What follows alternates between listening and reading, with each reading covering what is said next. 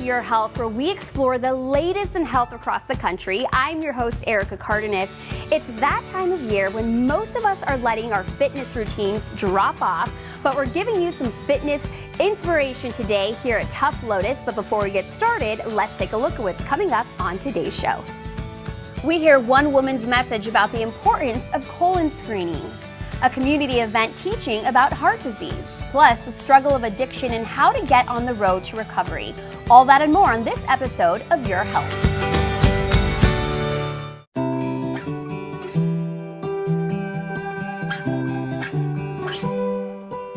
I'm here with Amanda Page at Tough Lotus to talk to us about the importance of finding inspiration in your workouts. Welcome, Amanda. Thank you so much. First off, what do you do here at Tough Lotus? So we have two different fitness programs. We have our aerial fitness program, which utilizes our hammocks, and then we also have our bungee fitness program, which is what we're most known for.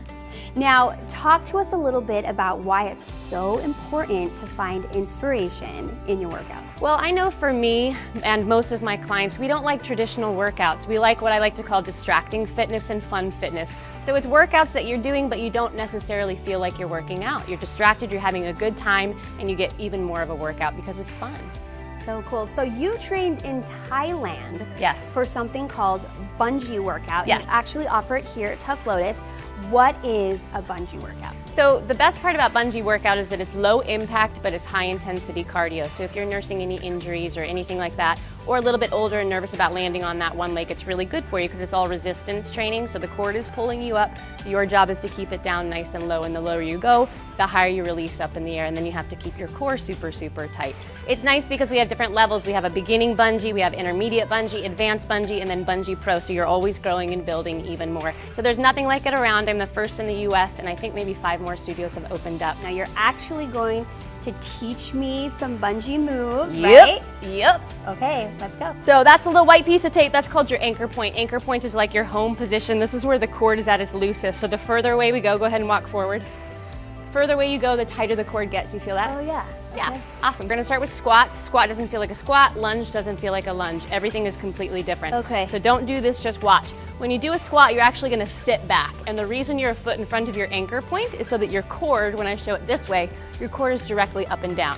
Okay. Bungee 101, do not ever, ever, ever lean back on your cord. If you lean back, you're gonna flip off to the right or to the Okay. left. Okay. So arms are out. I'm gonna count 5, 6, 7, 8. You're gonna do 4 squats. Hold for me. Ready? 5, 6, 7, 8. We have a 1, up, 2, up. Do like a push-up. So bend your elbows and press off the ground. Oh. Bend, press up. Good. Further. Up. Elbows in tight to your side, like a tricep. that. There you go. And arms out. Good. And arms out. Good job. 5, 6, 7. We go. Step, dive, and back again. Step, dive. Oh. Good. I like the sound effects. Those were good. We run, run, run, out. There we go. That was awesome. Good job, you too. Awesome. Nice Thank job. you so much for You're teaching welcome. me how to get my bungee on. That was so much fun. If you'd like to learn more information about Tough Lotus, head to the website.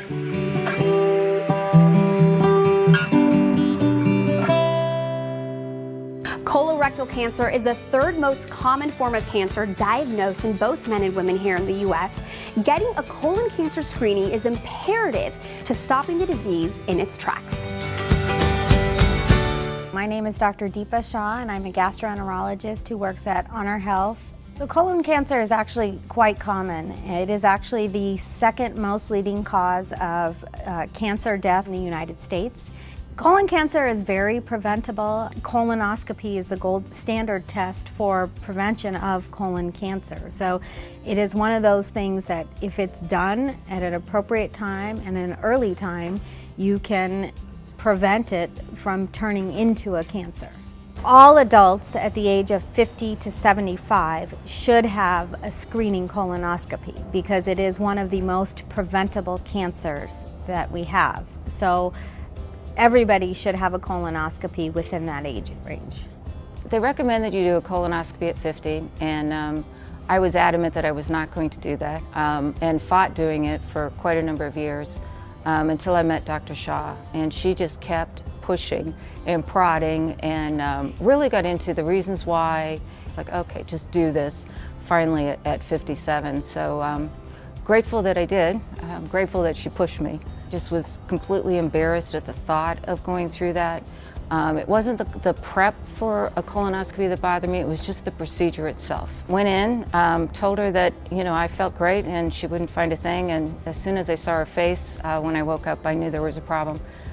Very large tumor, and I found out 2 weeks later that it had spread to the lymph nodes, but no further, so it was stage 3.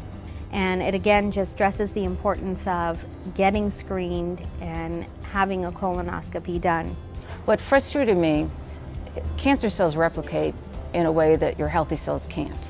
And so it already has an edge against you. I mean, you're fighting an unfair battle to begin with. And having waited 7 years, I gave that disease such an upper hand. And that made me so angry with myself. I mean, they say to do it at 50, do it. It's like a mammogram. If they tell you to go get one, go get one.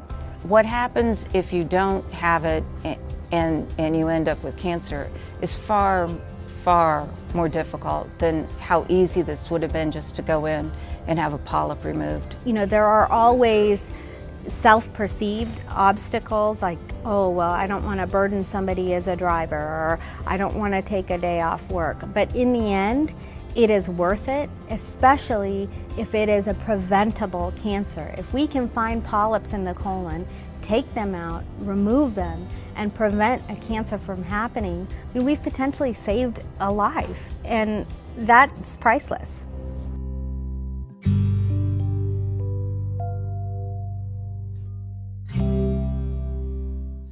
Finding your workout inspiration can be as easy as finding your fitness tribe. Research shows that having a supportive community like a bike or a CrossFit club can actually build confidence. This positive reinforcement helps you to stick to your workout goals. Here's what's coming up next on the show. We'll talk to the experts about why getting your hormones in balance can impact your overall health. And one health center that's training the healthcare force for the future.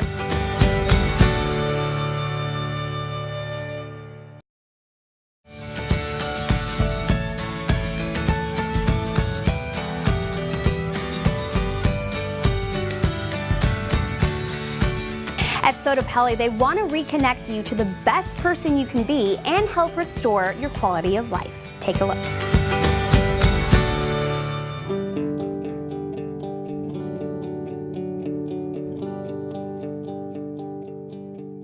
Sotapelli came about back in the early 90s when my late husband, Dr. Tutera, was asked to put in a pellet, and he said, sure, but what's a pellet? From there, he took over a practice of placing pellets inside a body, and he learned quickly that not everybody has the same size. He individualized it. We came here and started putting on seminars, informational events to explain to everybody what a pellet was, because at the time, nobody really knew what a pellet did or what it was. The offices of the company were designed to be inviting and friendly, as if you're walking into your living room. They are treated professionally by front desk, back office, and a personalized physician for them. Generally, when people first come to see us, it's because they're not feeling their best. After looking at the patient's blood work and we determine that they're a good candidate for hormone therapy, we get them started on the pellets. And what the pellets are is it's bioidentical hormone replacement. We're essentially replacing the hormones that they're missing. So we use their blood work, their height and weight, their symptoms, a variety of things to determine what it is they need. The patients who come into a Sotapelli office can range in age from their early 30s up into 80s. We've even had patients in their early 90s because they want to feel better. They know that something is not right, so they're looking for help in seeking what was the best treatment for them. The pellets are actually quite unique, particularly because we place them under the skin in the hip area. We do this because you can kind of set it and forget it. There's a lot of different hormone therapies on the market right now. People are constantly looking for help. What makes this therapy the safest is that we're using bioidentical hormones, meaning that the chemical structure of the hormone I give you is identical to what you make in your body. So it is the safest form. Your body knows exactly what to do with it. We're not taking them orally, so the body isn't having to process through the liver. This is going straight into the bloodstream. I really love doing what I do, specifically because I get to see people feel better. So generally speaking, the second time they come in to see me, it's night and day. They felt terrible, now they feel fabulous. I feel like I was a little part of that, so it's very rewarding.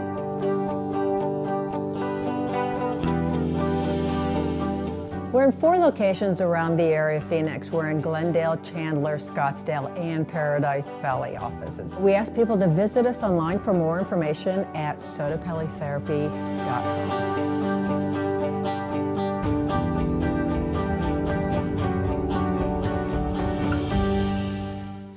At the nonprofit Thundermist Health Center, they're training future physicians and nurses to care for patients with complex healthcare needs. Thundermist is an incredible place. When patients come to Thundermist, we think of them as a whole person. Any patient that walks in the door is going to get the care that they need in what we talk about is the circle of care. How we differ from a primary care office is the breadth of services we have. We do everything from the behavioral health standpoint, dental needs, we have full dental clinics, and any other social work and the social determinants of health. It's very difficult to achieve overall health if the oral health is not taken care of as well. Behavioral health access in Rhode Island is really at a crisis level. It's very difficult to find, it's very difficult to navigate, so having it embedded and integrated right within a primary care setting is really important. We screen patients for what we say social determinants of health. So it's really any barriers that they might face. They have food insecurity, they have housing issues, if they're having problems getting to the provider's office, just a wide variety, and we really then connect them either with the community health worker or the in-house social services to address those needs. Medical providers can basically ask behavioral health providers to come right into the exam room if when they're treating the patient they identify the patient has a behavioral health condition. The patient already trusts their primary care provider, and then by bringing in the behavioral health provider they're transferring the trust. Most people say they like going one place. They like being able to have their doctors communicate more easily with each other. The providers know each other on a closer basis. Well, it's nice that I don't have to travel to different places. I've seen 3 different doctors, 4 different doctors here. This is just one place where you can get all kinds of care. It's not just one thing that they help you with, they help you with a lot of things. What was different is we have a lot of support staff who works very hard to make sure that these patients get all their needs met. We're not just the provider and the patient. We have a huge staff that works to help the patient after they leave the office. Thundermist is an environment that supports the establishment of continuity care, so care where one physician and one patient team together, but also is constantly looking to the community for guidance regarding new programs, services, and things that we can do to help make our community healthier. For example, we started to see the need of healthy eating. So we've done community gardens, we do farmers markets. We look at all our programs with that eye on the community need, whether it be medical or the surrounding services that we provide. It's really all the wraparound and supportive services that they need to not only address their health, but their basic needs. They actually care about the people they're treating, and to me that makes a big difference. If you've hit a rut in your workouts, try something new. There are so many unique classes out there, like PiYo, which combines Pilates and yoga, or Surf City, which is working out on a surfboard. Just don't let boredom derail your fitness. Here's what's coming up next on Your Health. A community event raising awareness for heart disease, and how one man's love of nature helped in his journey to recovery.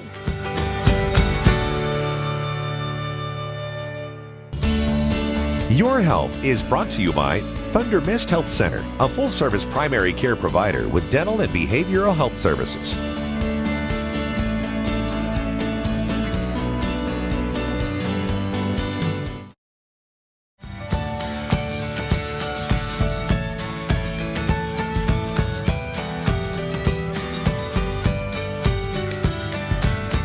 If you'd like to learn from world experts in the field of heart disease, we've got a free community event for you. Here's how to attend. The greatest cardiovascular minds on the planet come as faculty to teach at Scottsdale Interventional Forum. One of the things that we're most proud of is the fact that we have an evening symposium, but not for doctors and nurses, but for the lay community, for the Scottsdale and Phoenix community. And they will hear lectures from some of the great minds in cardiovascular medicine here in the Valley, and then they actually get to see a live case performed. I don't know too many places where the lay community will get to actually have cardiovascular treatment demystified by seeing a live case, and the community gets to ask questions about that case.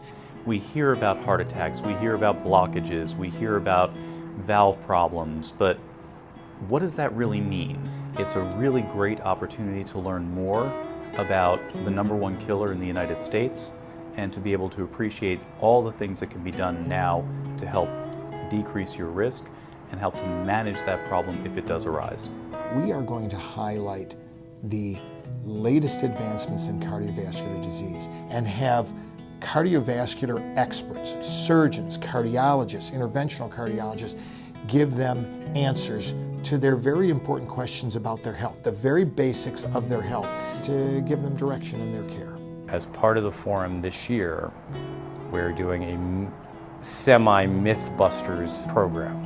The more patients understand about their disease processes, the better they will be able to take care of themselves. This definitely is not just for patients with heart disease. We touch on other topics such as diabetes or patients with cholesterol abnormalities. It's not just a heart disease management symposium, but that's really the root of why we put this meeting on, the root educational objective of why we put this meeting on. But we cover a number of other topics. One of the high points for me is after the event occurs, I will be at the grocery store shopping, and people will come up to me and say, I was there for the community event at the Hyatt. I can't begin to tell you, I have coronary disease. I didn't know what my options are, but then I saw my doctor and they proceed to tell me that their therapy was actually guided by things they learned at the community event.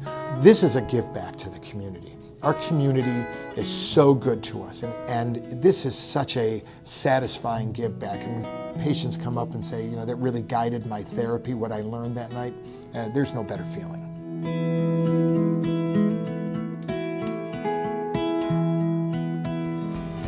Stick around, we have more to come on Your Health, including a journey to sobriety with the help of Decision Point Center and some tips to help inspire your workout routine.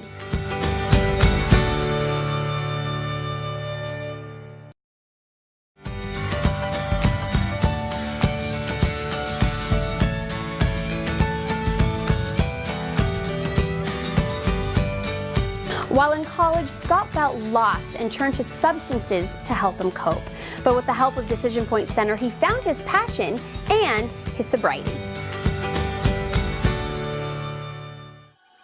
I was in college struggling with anxiety and depression because I didn't really know what I wanted to do when I grew up. Started drinking more and then found drugs, and pretty much that just made the anxiety and depression, you know, get worse, even though at the time I thought it was better, but it was what I was used to. And I would just go back and forth like, oh, I want to stop doing drugs. Oh, I don't want to stop doing drugs. I woke up one morning and my mom was like, hey, someone's downstairs, they want to talk to you. And I go downstairs and there wasn't like an actual interventionist, but it was a bunch of my friends, some of my close friends, their parents. They pretty much reassured me that I did need help, and I was at a place where I was just so miserable about where I was. I was like, I do need a change. They were like, we want to send you this place in Arizona. You get to go hiking, do a bunch of cool outdoor stuff. And I'm just like, sounds great. When do I leave? I didn't necessarily think I would stay sober, actually. I was sort of like, all right, I'll go to this rehab for 30 days, you know, just kind of throw a curveball in my life, mix it up. And then slowly I was able to come to terms with, hey, you know, being sober is actually a really good thing. I was actually very pleased because it wasn't like very institutional, hospital-y. It was almost like I was going to Colorado and staying at like a condo. Like, it was actually really nice. I even joked with one of my friends that him and I both got sent to a mandatory summer camp. Just like, kids when they go to summer camp, they make friends. We kind of do the same thing at Decision Point. We're here, we might as well make the best of it. I felt I actually had a real big impression on a lot of the clients there because I showed them how much fun they could have because, they kind of came in like I did. They're like, oh, I'm in rehab. But I was able to show them the fun side. There's a lot more to life than just drugs and alcohol, especially with the outdoor program Decision Point has. It showed me how much fun it is just to be outside, taking in nature. I've always been a big wildlife nature person even before Decision Point. And then once a month you would go on a couple-day camping trip, whether that be just car camping where your car's right there or like full-on backpacking out through the wilderness. Even now that I'm out, I thought rehab was great for me. Honestly, even if I didn't have a drug problem, I thought rehab would have been great because it taught me how to deal with stresses that you're gonna come across in your life. Now, almost 9 years after my sobriety date, I'm working as a large predator handler at a wildlife park. That's one thing that's really helping me stay sober, along with the tools Decision Point taught me, just because those animals mean the world to me and it really is a dream job. Thanks to Decision Point, I have almost 9 years of sobriety.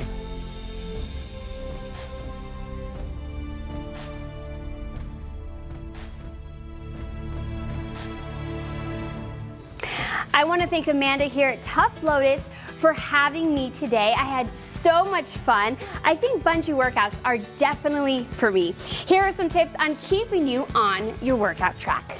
Rome wasn't built in a day, and neither is the perfect body. Instead of focusing on bigger goals like six-pack abs, try setting micro goals like losing 5% of your body weight or running a mile without stopping.